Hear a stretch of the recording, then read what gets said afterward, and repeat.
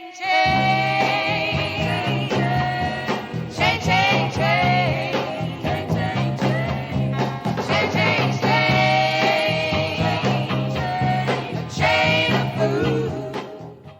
we're live. Hello, and welcome back to another Our Podcast Feels Like It's Moving at 2 inches per second episode of the First Time Watchers Podcast. Because we like to watch. My name is Tim Costa. I'm Romano De Silva. And this is Walter Vinci. And if you'd like to send feedback, you can always email us at firsttimewatchers@gmail.com. In this episode, we continue our Second Time Watchers series to discuss a film from when I was younger, from 1992, the Robert Redford vehicle, Sneakers. But before we get into that, it is time for Yay or Nay. This is the part of the show where we discuss what we've seen recently on our own. Hermano. Okay, I got a film and a not film. The first one I will talk about is from this year. Came out on, I think it was Hulu. Prey. Yes.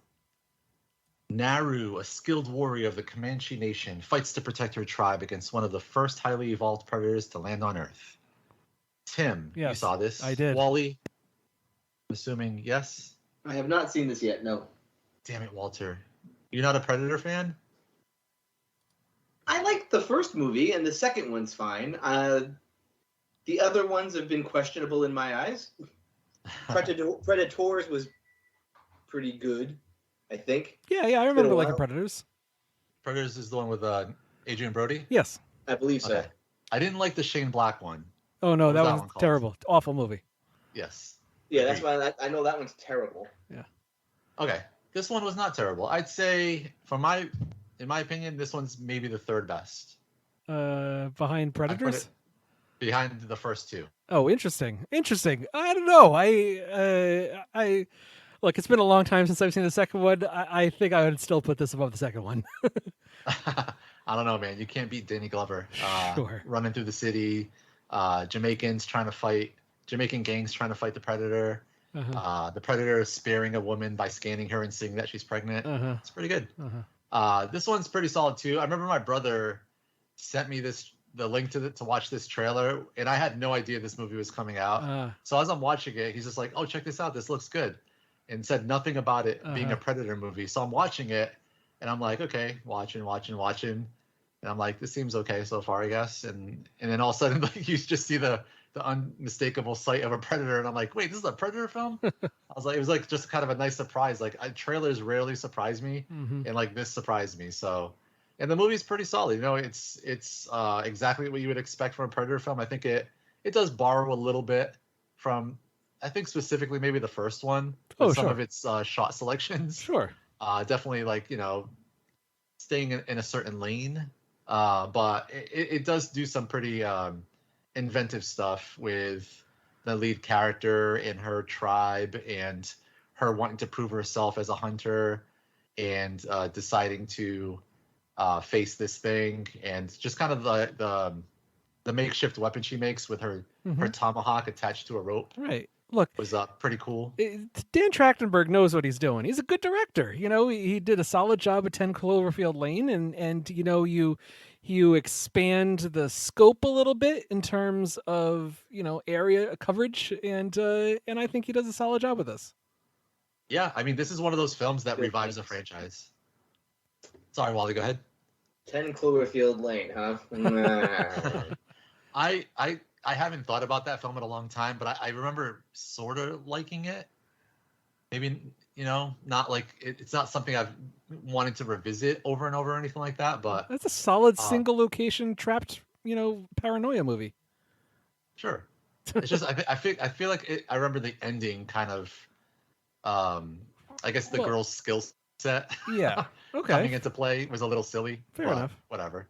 But like I was saying, like, this is one of those films that revives a franchise. Like, I think Predator has, you know, been stretched a little thin with some of the Predator versus Alien films. You know, say what you will, those are fun on some level, but they're not, like, you know, quality per se. Like, I wouldn't, you know, describe them as quality films. Like, this I would describe as a quality film. So, you know, if you're a little tired of the Predator franchise, this might pull you back in. And Sorry is the bestest doggo. Yes, great dog. Yes, great dog. And then the not film that I watched was actually an experience I had. It was called the King Tut Experience. You guys heard of this? No. So it's kind of a traveling King Tut experience. When Mia had expressed interest in going to this, so we got tickets for her birthday. It's in Boston right now, so it's traveling, like I said. And we originally thought that it was just going to be like the artifacts were touring again. They were going from city to city. You go to like a typical like museum setting. You get to see some stuff behind like glass cases, but it's not that at all. It's actually a virtual experience. And we found this out like a couple of weeks before we actually went. And it was pretty incredible. We were a little bit worried because we're like, we're just going to be watching basically like, walking through, movies being projected on screens basically. And it kind of starts out like that, where you're kind of moving along these corridors and you're watching kind of like the initial discovery of the tomb and, the people that were involved. And this is all accompanied by like some audio telling you the kind of the story of how everything went down. And then as you move along, it gets grander and grander. So like you get into another room and it shows you kind of like a real life scale model of the actual burial chamber. Wow. And how it was all assembled and put together, how he was basically enshrined in like 4 tombs, essentially, like 4 sarcophaguses. And the finale is maybe one of the most incredible things I've ever experienced. It's comparable to that rear projection technology they use on Mandalorian. So the last room you go into is like a gigantic, like warehouse-sized room, and all the walls are basically giant movie screens, and the floor as well is also being projected on, and it is like crystal clear animation, really like incredible animation of like kind of the story of King Tut going through the afterlife, and like kind of the process and all the steps taken to get into the afterlife, and just kind of again accompanied by swelling music, story. There's a life-size like ship or boat, I guess, in the middle of the room, and you people can kind of like sit on it as sort of like the boat he would have taken through the river in the afterlife or whatever. It was so incredible, dude. I was completely blown away by what they were able to accomplish with all these projections and all this animation, and just kind of how it moved across the screens and the floor and all that.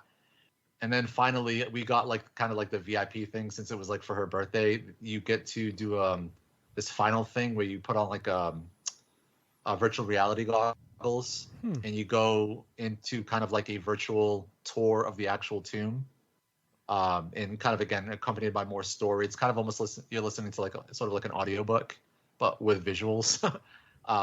So that was pretty cool too. But I mean, I say this all, the reason I bring this up obviously because the visual / cinematic nature of it is incredible for people that are interested. Like I said, check it out. It's touring right now. I think it's still in Boston. I don't know how long it stays in each city, but it wasn't super expensive, and it's totally worth the price. We were probably in there for maybe 2 hours, so highly recommend the King Tut experience. Nice. Cool.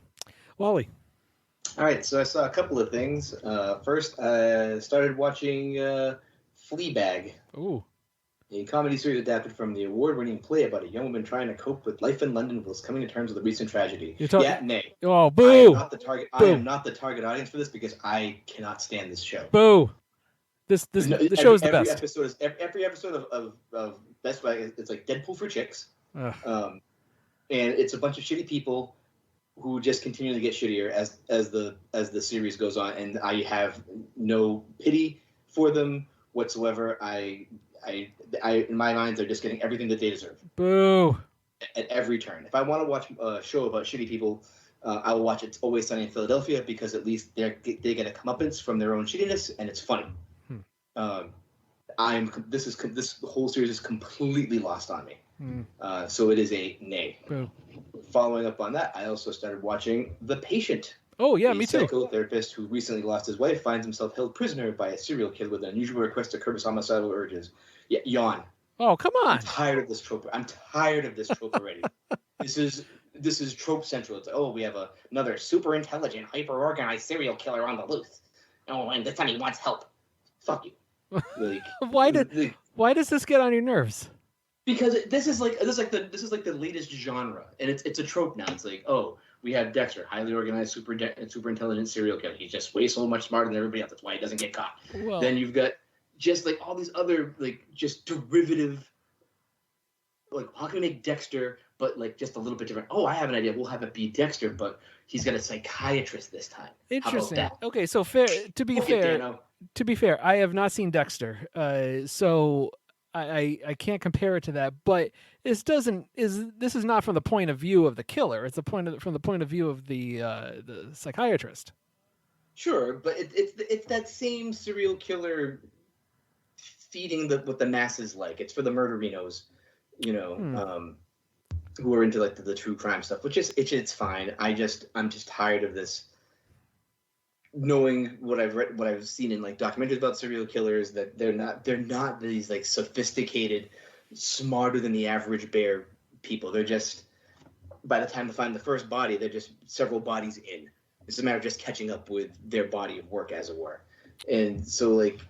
I'm already tired of this. Well, I'm tired of this whole genre of. Once again, the show is very limited scope, so you don't know how smart he really is, how much he's really getting away with. So I don't know. It's a relatively unique premise, and I'm certainly interested to see where it goes, especially considering the episodes are anywhere from 21 to 24 minutes long each.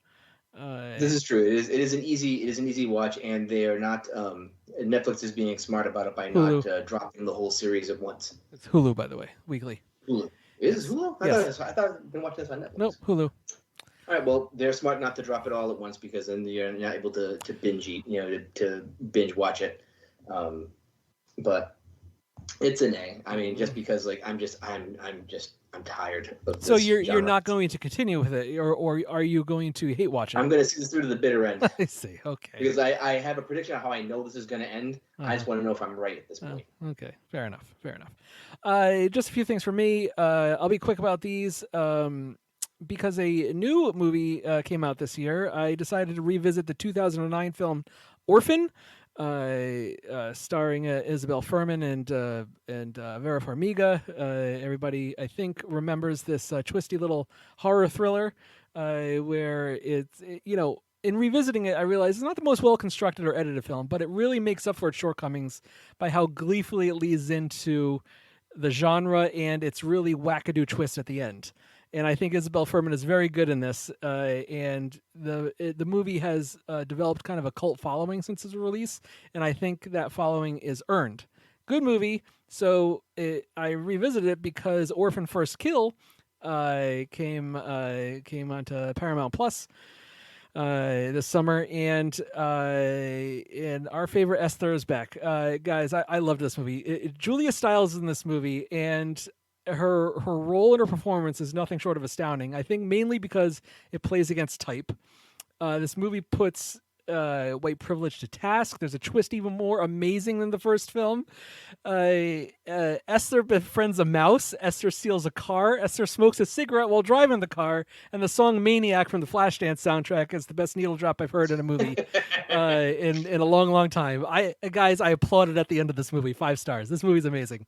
If you enjoy the first movie, I think you will have a blast with this movie. I love how Isabel Fuhrman, who has aged 12, 13 years since the first movie, plays a 9-year-old, and there's a relatively small amount of CGI, special effects to de-age her, but mostly it's just camera trickery where, from behind there's a kid playing her, but from, if it's the camera's in front of her face, it's just angled, or she is on her knees or something like that in order to get perspective correct. It's pretty great. I think they know what they're doing with this movie. I highly recommend Orphan First Kill. It's very entertaining. And then I actually decided to watch Baz Luhrmann's Elvis because I had heard, a lot of people exclaiming that this is a pretty good movie.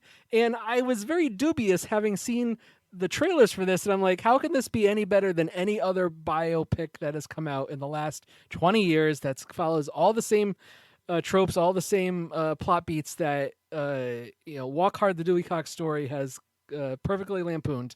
And I can't watch another biopic again because of that movie. But look, there's a scene early on that showcases Elvis' his debut in front of a large audience, and it features the women of the crowd losing control of their emotions. Like, they do not know what is happening to their bodies as they witness Elvis shaking his hips. And the scene will go down as a top 5 scene of the year for me because it had me cackling, and I knew I would be on board for the rest of what Luhrmann would be presenting to me. And it's really audacious. If you're familiar with Baz Luhrmann films, then if he's going to make a standard biopic, he may as well just throw all fucks out the window and make it as glitzy and kinetic as possible, because he never forgets that it's a music biopic.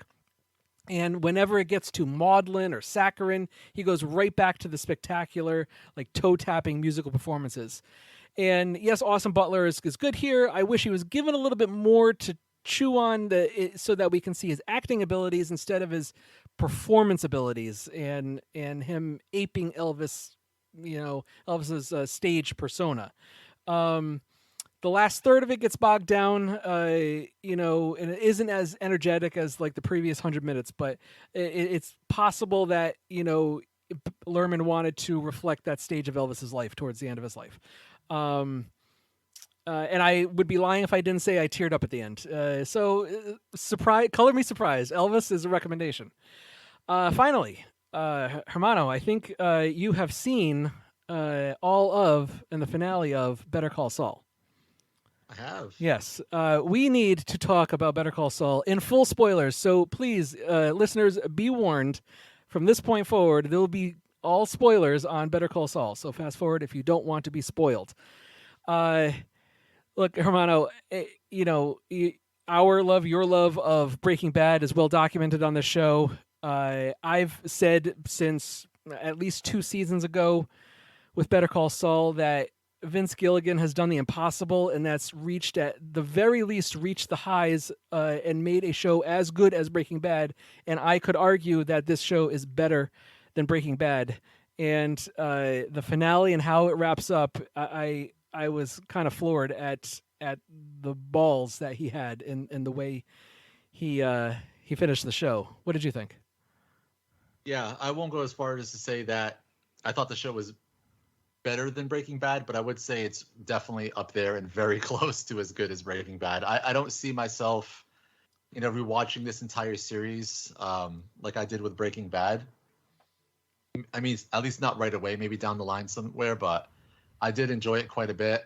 I did get a little bit worried with this last season towards the end where they sort of wrap up the Lalo storyline, like maybe 2 episodes before the whole season is done, or the series, I guess, is done. Okay. And I was a little bit worried because I'm like, that tended to be the stuff that I gravitated to more than the Saul stuff. Because he seemed to just kind of like bounce in and out of that. And, he would occasionally have episodes where he would like fuck with Howard and things like that. And, that's kind of just what he was up to. But there were some like really, really solid episodes, like the one where he's going through the desert with Mike. I thought was a really top episode for the whole series, and they even kind of recall it in the last episode as kind of like an extended scene. There is a lot of recollection in the final 4 episodes. Yeah, I was a little bit worried with the on the nose of the time machine whole. I guess his thought process of like, what would you do if you could, you had a time machine and you can go back. Okay. And asking people these questions and getting like these different responses and people just kind of approaching the question in a certain way. But I thought it was maybe a little bit too on the nose with this.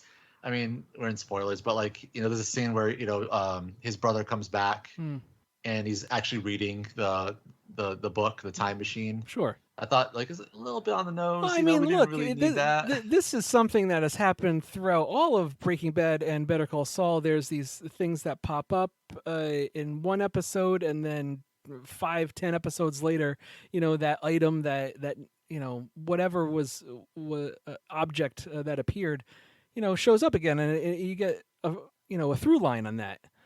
Yeah, but that is not as good as like say the Lily of the Valley scene from Breaking Bad. Okay.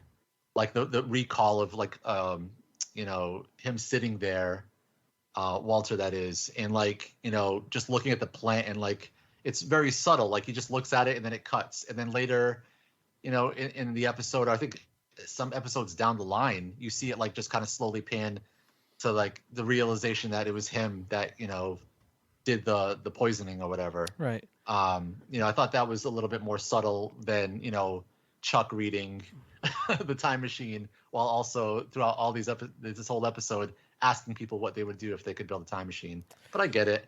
Sure. I think the again, much like El Camino, there were scenes in here that featured characters that had obviously aged quite a bit more, like Jesse.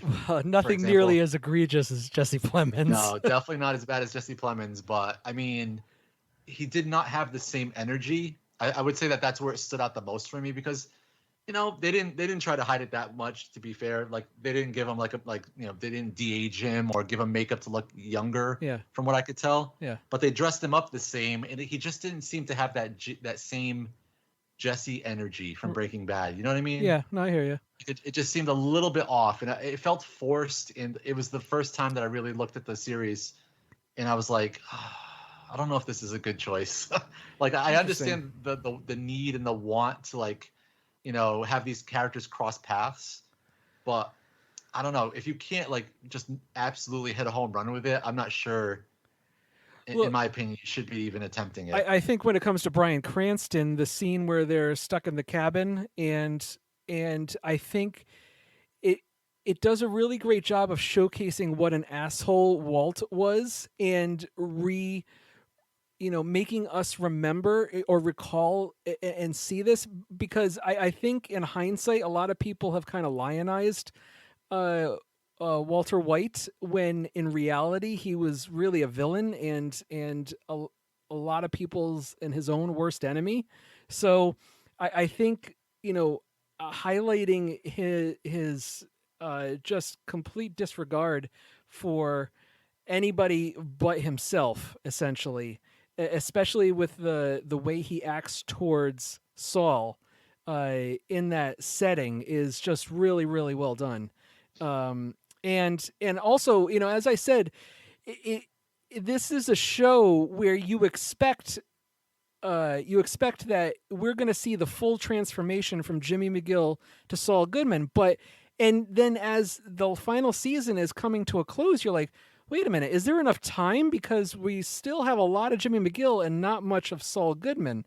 And I really applaud Vince Gilligan and crew for subverting the viewer's expectations and taking so much time in the final several episodes to just dedicate towards the current day status, the post Breaking Bad status, and the fallout from that, and all that kind of stuff. So, and I think it's really well done.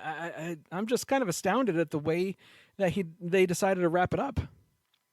I mean, in a lot of ways, it's similar to the way Breaking Bad ended, right? Like where Walter, he hit like his absolute peak of villain, and then the realization that he left Jesse in the lurch, and then he comes back and rescues him. It's sort of like a redemption for him. Yeah, I mean, the way that Better Call Saul ends is very similar, where he reverts back from the Saul character and he calls himself Jimmy McGill again. Yeah, and it's kind of like a redemption to kind of just finally come out and be like, you know what? Yeah, it was me. Walter couldn't have done any of this without me. He would have got caught within a month. Mm-hmm. And just putting a lot of truth out there, and basically wanting him to be there and getting her there in the courthouse that way was incredible. And in a lot of ways, it didn't really go anywhere that I thought it wouldn't. I had Kim dying as like a huge long shot. Oh yeah. I just didn't think they would go there. Like I didn't think she would get wrapped up in that whole Lalo stuff, and I thought that was the only way that she could potentially die. Right. So once that was out of the picture for the last 2 episodes, I'm like, all right, so they're just gonna stay apart, but because of the whole Howard situation, they're gonna have to rectify that somehow. And the way he does it is pretty well done. Yeah, I agree, and I can't go without saying that. Kim Wexler is one of my all-time favorite television characters, and it wouldn't be done without Rhea Seehorn's performance. She is incredible, and I think only gets better as the series goes along.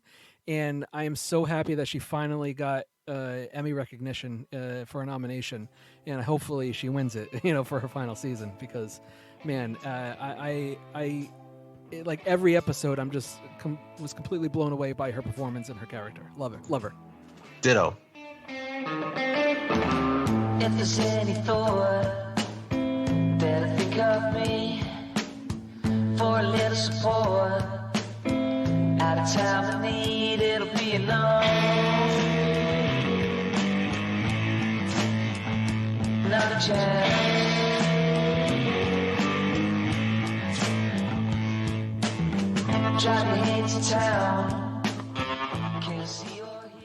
You ready to start the show? Sure, but where's Walter? You mean you haven't seen him either? Not since the end of last season. Well, knowing him, I'm sure he'll turn up sooner or later. But you know what show always turns up? The In Session Film Podcast. That's right, Tim. The In Session Film Podcast is JD and Brendan. And speaking of Brendan, that dude just got engaged to someone not named Tim Costa, and I am mad, furious, upset, and disappointed! Rage! Are you okay, Tim? What? Sure, you bet. Absolutely peachy keen over here. Just fine. Anyways, each week the In Session Film Podcast chooses a movie to review. Then creates a top 3 list based on what they just saw. This week, the In Session Film Podcast is reviewing 3,000 Years of Longing. And continue their Studio Ghibli movie series by discussing Pom Poko. You can find their show on Apple Podcasts by searching for, you guessed it, the In Session Film Podcast. Or on the web at InSessionFilm.com. So if you're in the mood for more great movie reviews and discussion, then check out the In Session Film Podcast on Apple Podcasts. Or on the web at InSessionFilm.com. Now that you mention it, where is our co-host? And when did that section of the studio get rebuilt? Rebuilt?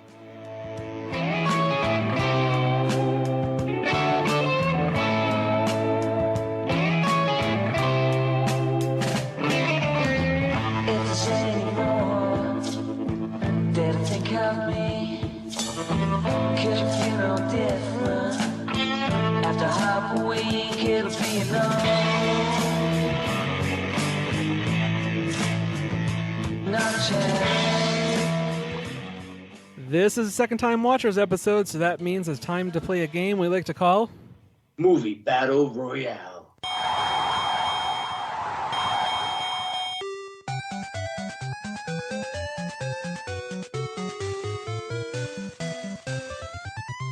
This is where we use flickchart.com to create our collective top 10 list of all time. We pit 5 pairings of movies and decide which one is better with each battle. Are we ready? Let them fight! First up, Austin Powers and Goldmember versus the Bourne Ultimatum. That's the third one, by the way. Bourne Ultimatum. Yes, I agree. Bourne Ultimatum. That was not even hard. Hermano, choose. Which one was Goldmember? That's one with my gold! And he eats his own flesh, and it's the one with Beyonce in it. It's terrible because it's not funny. Is that the one where the first appearance of Fat Bastard, or was that the previous one? No, I think that's the second one, because in this one, like, Fat Bastard's talking about how he's in therapy because he's mad because he eats, and he eats because he's mad. All right, we're spending too much time on the Goldmember. I think Wally's talking himself into picking Austin Powers. Hells no. I guess it doesn't really matter what I think, right? So I want to know. Go on. I want to know. I've already told you. I think the third one was the one I fell asleep at, and I never went back to the franchise. So Austin Powers, I guess, by default. It doesn't matter. Next up, A Christmas Story versus There's Something About Mary. What was that again? But A Christmas Story versus There's Something About Mary. Fuck you, Christmas Story. Something About Mary. I'm going to go There's Something About... No, wait. I'm going to go Christmas Story. Sorry. Hermano, tiebreaker. Whew. Let's see. You know what? I'm going to go with the classic. The one that a guy doesn't get his balls caught in his zipper. Christmas Story. Yay, Christmas Story. Fuck you, Ralphie. Ang Lee's Hulk versus Lord of the Rings, The Two Towers. Ang Lee's Hulk. Lord of the Rings. Oh yeah, by a long shot. That's right. Walter just thinks the Lord of the Rings is a bunch of guys just walking around. It is just a bunch of guys walking around. Shut up, Kevin Smith. Oh, speaking of, I watched the first couple episodes of the Amazon show, and it is pretty damn good. Oh, I may have something to say about that. Oh boy. But I'm also approaching it too as a single movie versus the second movie in a series. Okay. A piece of the thing versus a complete thing. All right. Fine. Even if that complete thing really overstays its welcome toward the end and really could have ended on a much higher note had they not kept going. Lord of the Rings, The Two Towers. Hermano, do you agree? I do, and just as a side note, I just rewatched the entire Lord of the Rings franchise. Oh, as did I. First three, but I watched them in reverse order. Oh, why? So they go from... They get a gift and they bring it back home. They actually take the ring out of the lava, and then they bring it home. find it at the Shire.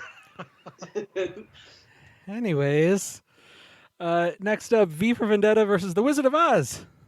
That's a tough one. Yeah. No, it's easy for me. Wizard of Oz. Oh.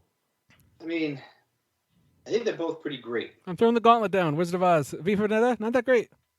Hey. I think Vendetta is very great, but I'm going to give it to Wizard of Oz because just like knowing that they did that cool ass like bridge scene in 1939, like as a composite, like that's pretty awesome.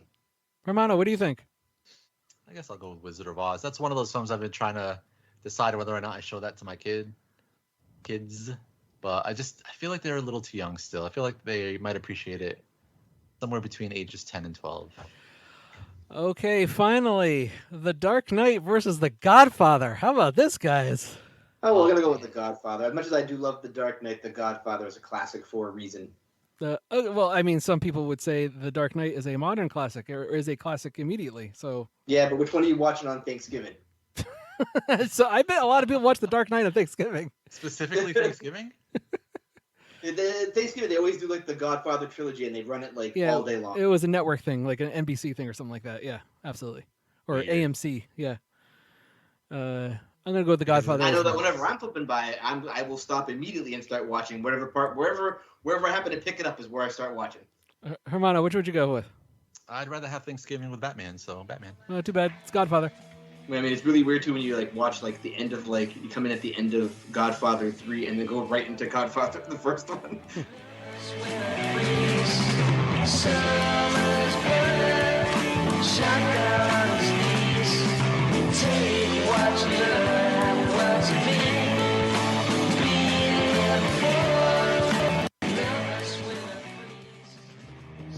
All right, guys, so we need to record our top 3 reasons why you should listen to French Toast Sunday podcast. Number 3 should definitely be our diverse opinions. Number 2 should probably be our top 3 lists that we do every week. No, it's gotta be Mark Wahlberg. What about Gwyneth Paltrow's head? It's gotta be Fighting the Sadness in the Swamp of Sadness. Full Frontal. Stories about being lost at sea. Brendan Fraser being underground. Helen Mirren's boobs. Baltimore accents as heard in The Wire. Underklaus. Crepes. Character studies. Wait, guys. What about movies?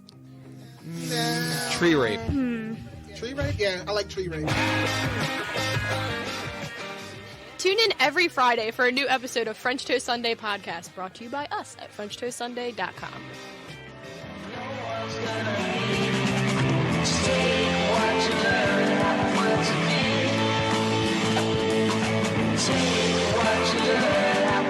This podcast is a proud member of the Lamb Podcasting Network.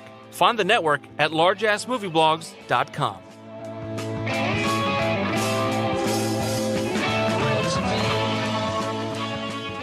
Okay, let's talk about Sneakers. Sneakers is a must-see movie. Holy cow. Stylish, very cool. Do you have the item? And wildly entertaining. Mr. Bishop, do you mind if I take a look? Carl, grow up. A genuine kick.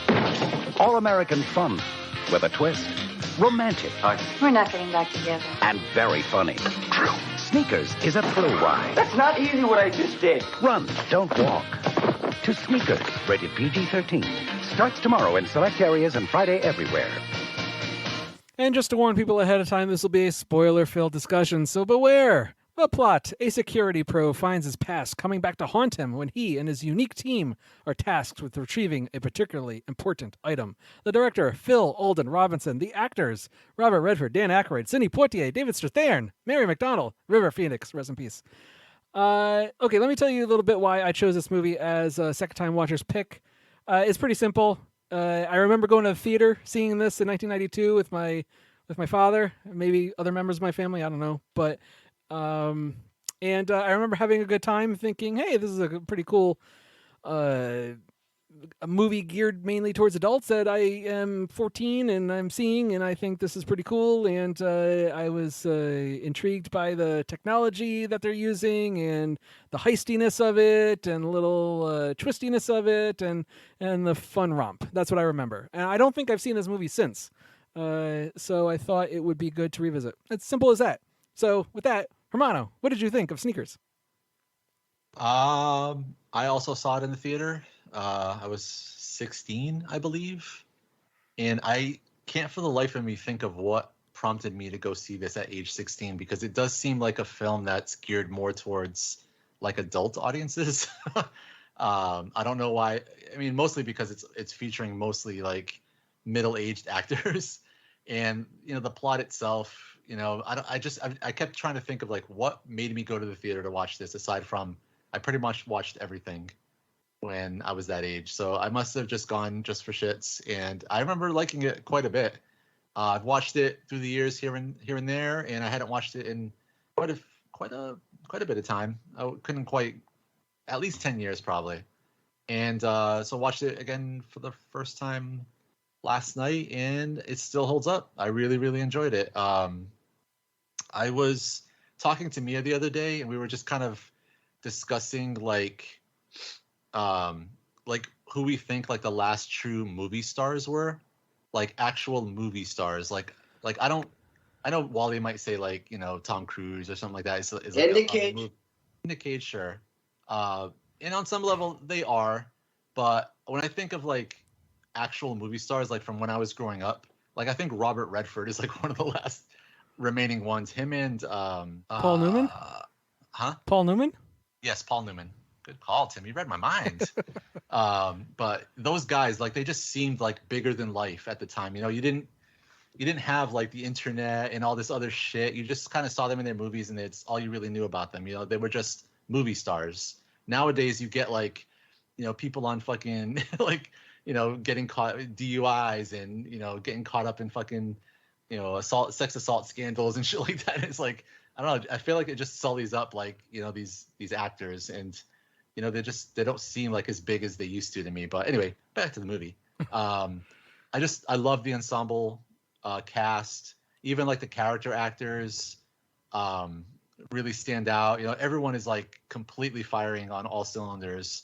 Robert Redford and his kind of like his reactions to like his gang and stuff, and like all the stuff they're doing, like he's just so deadpan and so good at that kind of look. It's there's a reason why he has a few of those like memeable gifs out there because of his, you know, just the way he just kind of commands a scene, you know. And yeah, I think even when I was younger, I enjoyed all the like kind of the spy heisty stuff. You know, like just this, like you said, Tim, like the technology. I've always been a big tech guy. Like this box that can pretty much decode and crack any code in the world just seemed like so OP that it was, you know, you could understand like why everyone in the world would want to get their hands on this, and why this is immediate threat and this danger surrounding them having it, or even being like in the, you know, the vicinity of this thing.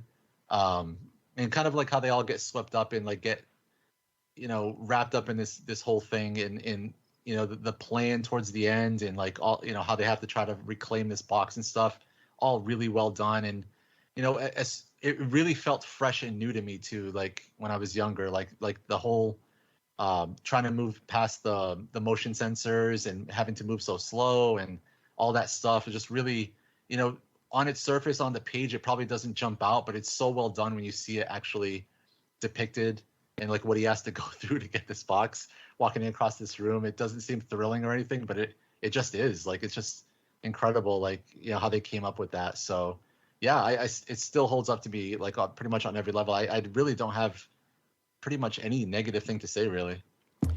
Wally, I'm going to give you something to chew on here. All right, let's hear it. When Sneakers was released, Robert Redford was the same age as Tom Cruise when Mission Impossible Fallout came out. Yep.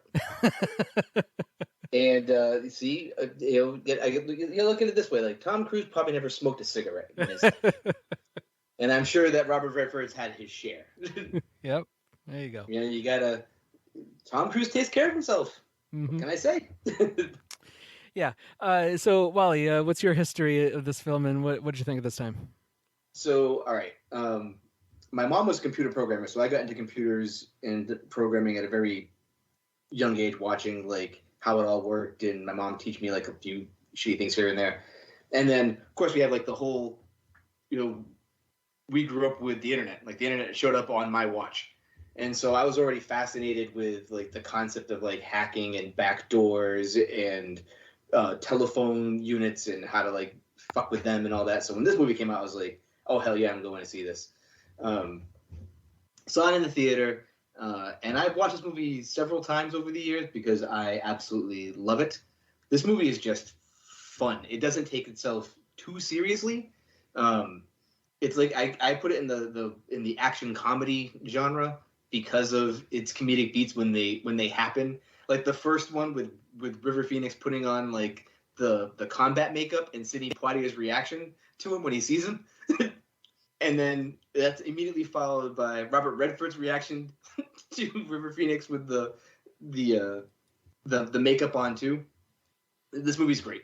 I think this movie is just a lot of fun, and it doesn't stop. It's one of those movies that knows what the assignment is and just keeps the beats going. You get a little bit of downtime, but we're going to keep you interested in what's going on here. And to this day, if I find out there's a motion sensor in a room, I will try to walk as slowly as possible to see if I can or can't trip it because of that scene in Sneakers. This movie has left a mark on me very early, and I was so happy when Tim picked it. I was like, hell yeah, here we go. That's funny. It's really interesting that I thought of a Mission Impossible movie while watching this because it does feel like a very low stakes and lighter version of one of those movies.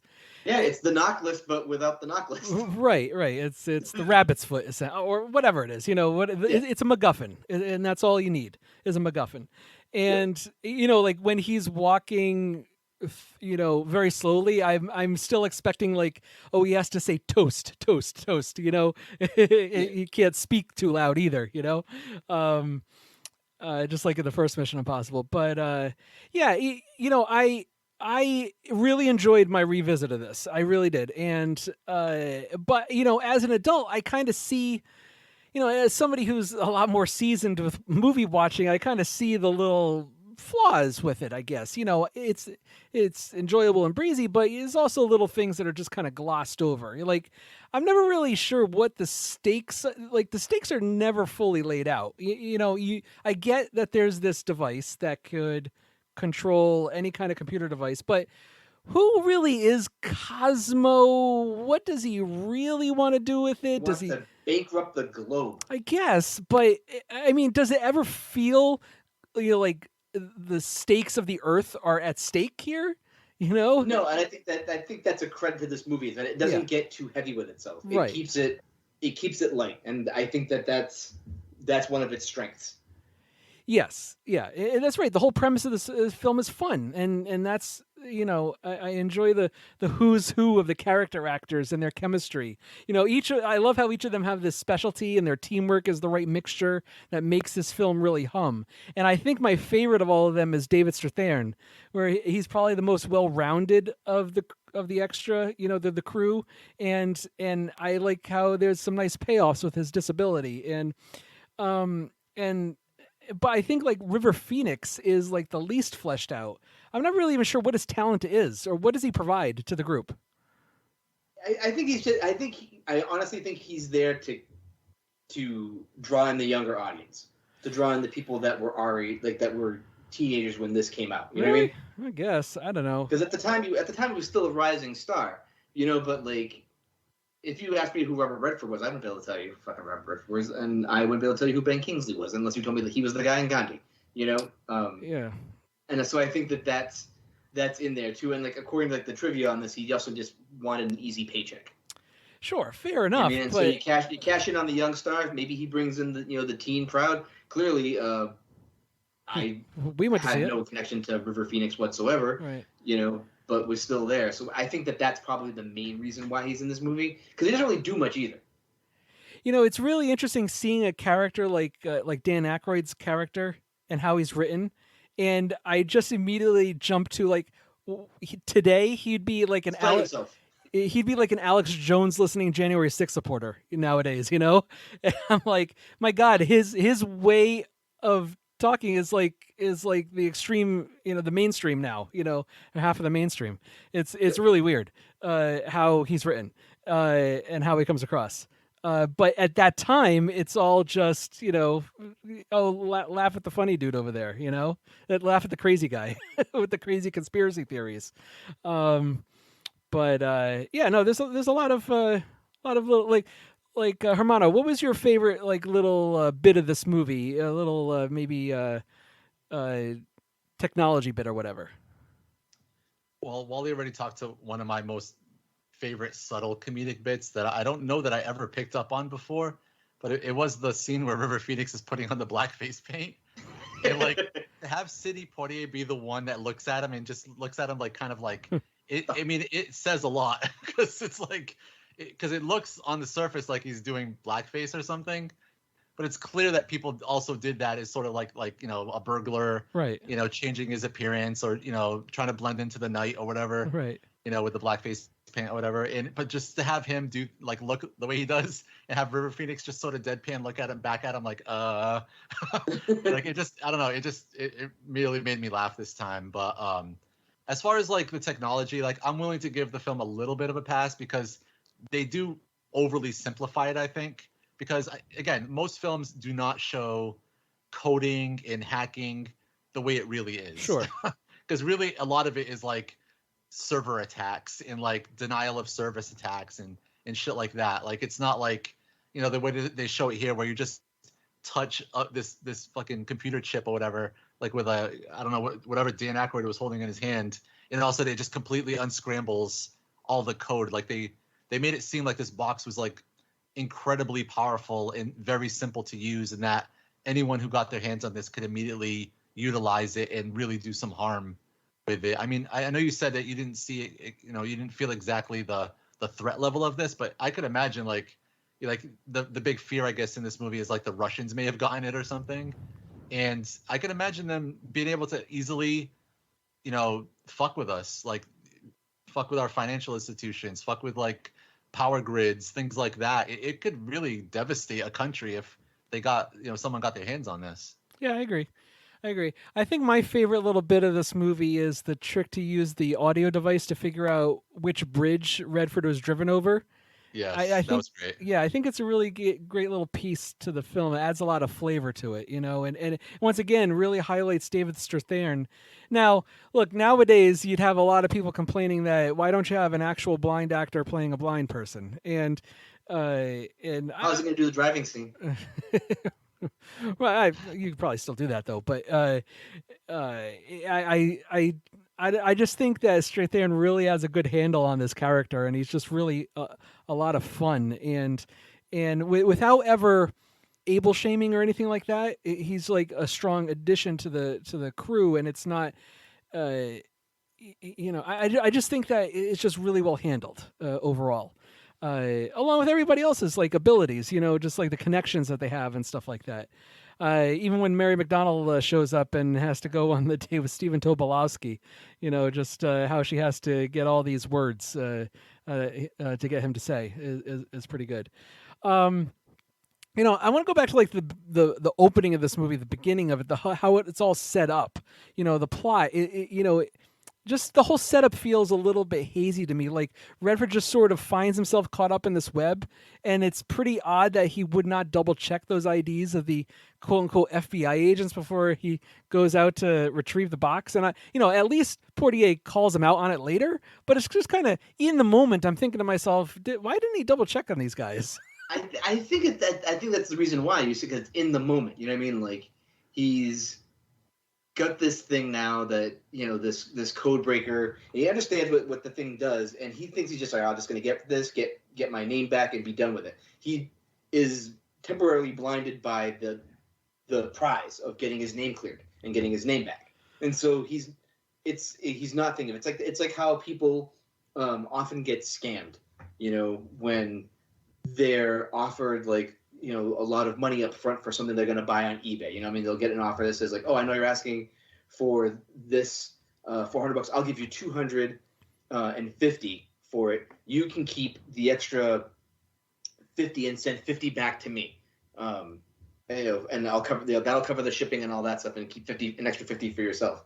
And people do this all the time because they're just giving away money to the scammer because they're blinded by that first prize of the extra cash. They're not looking through what the scam actually is. And he's doing the same thing. He's acting just like a normal person in my eyes. He knows what he wants, and he's like, all right, yep, I give him this, I get my name back. Let's go. Hermano, do you agree?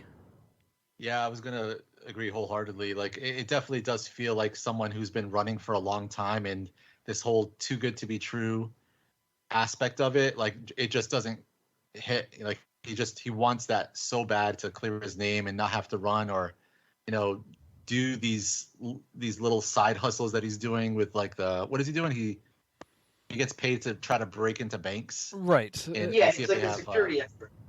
Yeah, I think he maybe wants to move on with his life and do maybe bigger things, and he really can't because he's got this false identity. And I think two guys show up and be like, hey, all you have to do is grab this box and we'll give you your life back.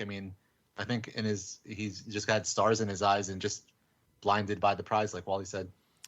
So, with the casting of the opening of this film, where it shows the younger characters, I got to say the person who they cast as the younger Robert Redford is really good. Like they really nailed the look. Yeah, they nailed it. The Ben Kingsley guy, for some reason, when I watched this film, I was like, is that David Strathairn? Oh, in some sort of weird makeup? Yeah. It didn't look anything like Ben Kingsley. So this friendship and history between those two, Bishop and Cosmo, I think is a little glossed over, and it made it.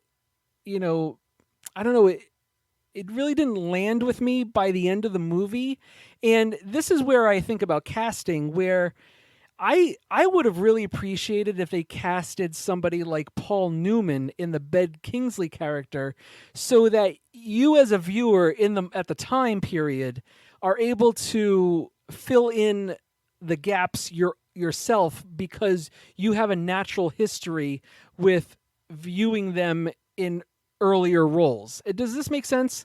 I don't think the movie fleshes out their relationship very well, but I think the audience could have done that on their own with the simple casting of Paul Newman in the place of Ben Kingsley. Does this make sense?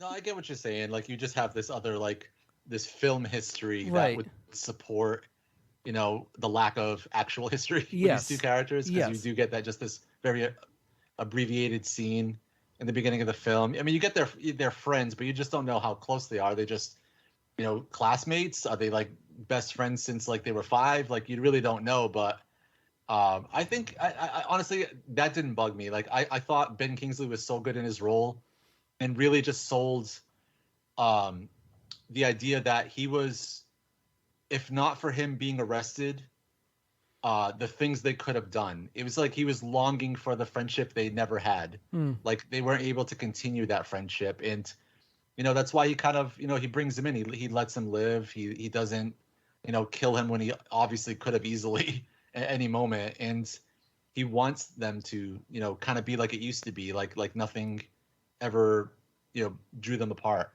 So, I think it was enough to, I think Ben Kingsley in his performance sells that loss. Do you agree, Wally? Lost, I don't know. I feel like just Ben Kingsley just isn't like a loss, but like sort of like reconnecting with his old buddy. Like he's never like Ben Kingsley's never changed. He's still the same guy he was when he got arrested, and probably being in prison is what kind of stunted that, which has kept him from evolving as a character. Because Robert Redford is a much more, he's gone through his, he's lost his identity and he's doing all these other things. So he's evolved away from the person he used to be when they were in college together. You know what I mean? Yeah. And so I think that's, and I think everybody like knows at least somebody who's kind of like that, or has come across somebody who's like that. It's kind of like stuck in 1992 somewhere still. Right. And like, there's not much you can do for them, because like if you try to call them out on it, and like that's when they start to get real defensive about it and they start getting angry,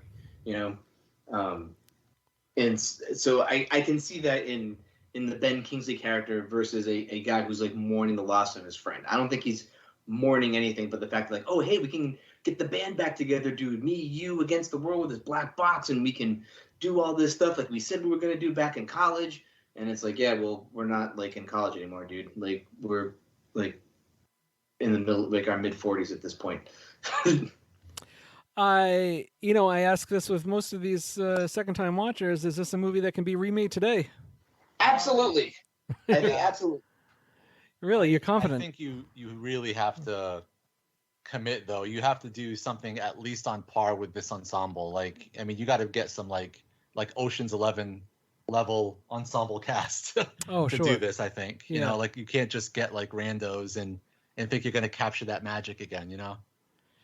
Well, it depends on. It wouldn't work with randoms, and you're onto it right there, Hermano. It would take a very specialized cast and a very specialized director to be able to pull a movie like this off again.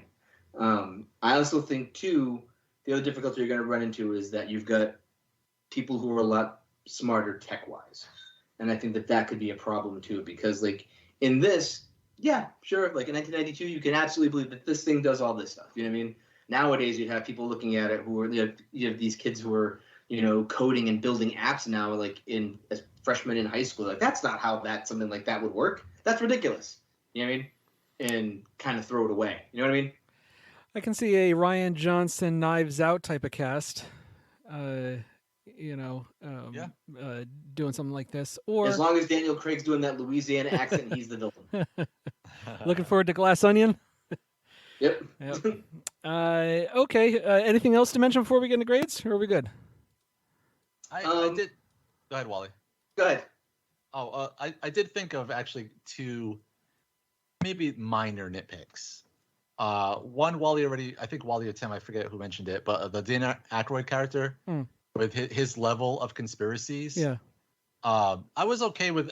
Obviously, they're played for comedic effect. They're not supposed to be meant to be taken seriously, and obviously, like Sidney Poitier is the foil. Yep. In that scenario, like it's him and Dan Aykroyd going back and forth, and Sidney Poitier just looking at him like, "What the fuck are you talking about, dude?" But I think they went too far when Dan Aykroyd claims that JFK is still alive. Oh yeah. I was like, wait, did you see that Zapruder film, dude? There's no way that dude's alive. That's been a conspiracy theory for a long time.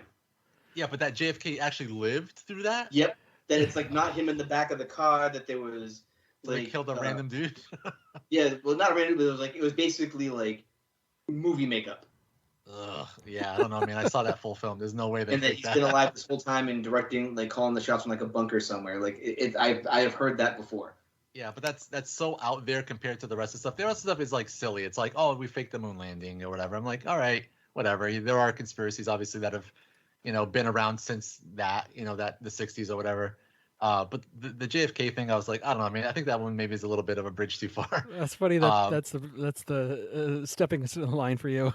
Basically, and when they said that, I was like, even I was with Sidney Poitier. I was literally Sidney Poitier in that scene. I was like, what the fuck, man? But the only other one, and again, the film is not wholly serious, and it's more fun and creative and inventive or whatever. The scene where Robert Redford has to move really slow through the room because of the motion detector. Mm-hmm. At one point, like through his earpiece, Sidney Poitier tells him, "Hey man, you need to hurry up because the alarm's going off or whatever." Yeah. Like Robert Redford blinks in that scene. Okay. And that's definitely faster than 2 inches per second. Well, his eyes are not. Fail. His eyes are not facing those sensors. There's only 2 sensors behind him. Is it just behind him? Yeah. Yes. Oh. Yes. Really? Yeah, because remember when he drops down through the grate in the ceiling, the grate is behind those 2 sensors, so there aren't any other sensors in the room. I thought they were like 360 though, but the corner was like the weak spot. Like that's why he was able to like plop through the ceiling over there. No.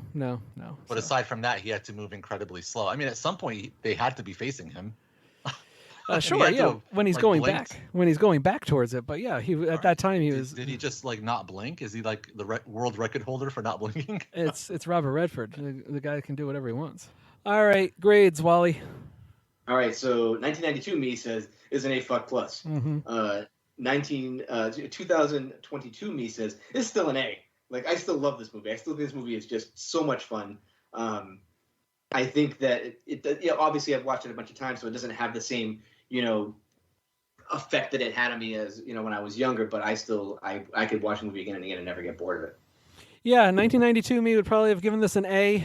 Adult me, or at least 2022 me, would give this probably a B+. It's still really enjoyable and a good romp. Hermano. I would give it an A as a youngster, and I give it an A as an adult. Robert Redford definitely was blinking in that room. We didn't even talk about the last scene. Oh, what about the last scene? What do we feel about the last scene with the news broadcaster saying like, the Republican National Party or whatever like donated a bunch of money to Greenpeace or whatever? Or no, they didn't say specifically to them. They said they lost money, but those other organizations and the NAACP all of a sudden have a ton of money.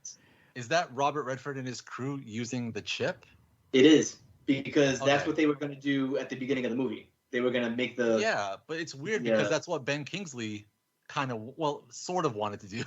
Not exactly wanted to do, but he wanted to like cripple like whole financial institutions. But Robert Redford kind of just goes back to what they were sort of joking at doing anyway. Yep. It's a little bit of a weird... I don't know. It felt a little off to me. Okay, that does it for this episode of the First Time Watchers podcast. Donate via patreon.com/firsttimewatchers or buy stuff at zazzle.com/firsttimewatchers. Talk to us on Twitter at 1STTimeWatchers on Twitter.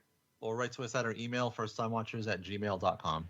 Please send a review for us on Apple Podcasts or Stitcher because we love feedback. If you have any suggestions of movies for us to watch, please send a tweet or an email. Speaking of suggestions, let's recommend a movie. I will go first. So, Sidney Poitier was in a movie in 1997 with Bruce Willis and Richard Gere. It was called The Jackal. I remember this being another movie that I saw in the theater and have not seen since. So, I cannot really say how well this movie does or does not hold up. All I do remember thinking it was relatively entertaining at the time. An imprisoned IRA fighter is free to help stop a brutal, seemingly faceless assassin from completing his next job. My understanding is this is a remake of a 1970-something movie of the same name, but it has Bruce Willis and Sidney Poitier and Richard Gere. So I'm sure it can't be that bad, right? Right, guys? Right? I don't know. Okay. Wally. All right, so I'm going to go with Robert Redford in this because another movie I found him absolutely delightful in because he's still a movie star even at his age, but directed by David Lowery. The Old Man and the Gun from 2018, based on the true story of Forrest Tucker and his audacious escape from San Quentin at the age of 70 to an unprecedented string of heists that confounded authorities and enchanted the public. This movie is just another one of those like fun movies to watch. Robert Redford being charming as as this old man who robs banks. And is love story with between him and Sissy Spacek, being hunted by the law. I saw this in the theater when it had come out and thought it was great, and so I will recommend it to you because I still think it's quite delightful. Hermano. Okay, I'll also follow the Robert Redford track and recommend the film from 1973 called The Sting. Two grifters team up to pull off the ultimate con. Short and simple. Directed by George Roy Hill, starring Robert Redford, Paul Newman, Robert Shaw, Quint himself. And didn't we review this? Yes. I believe we did. Yeah, I think we all came away liking it a lot. I feel like Tim was a little bit less so, if I recall. I didn't care for it that much. Yeah, I loved it. I really liked it. I thought it was a lot of fun. Again, last two real movie stars, in my opinion, Paul Newman, Robert Redford, crushing, trying to pull one over on. I forget. Was Robert Shaw? Was he a businessman or was he like a gangster or something? He's a gangster. He's an Irish gangster. That's right. Yeah, and they were trying to pull this really long con on him, and yeah, it's a lot of inventive stuff. I think, much like Sneakers, the plan, having to work out perfectly to pull off this con/heist. So yeah, highly recommend The Sting. All right, stay tuned for our next episode. We'll be discussing the 2015 found footage horror film Hell House LLC. That's the first time watchers podcast because we like to watch.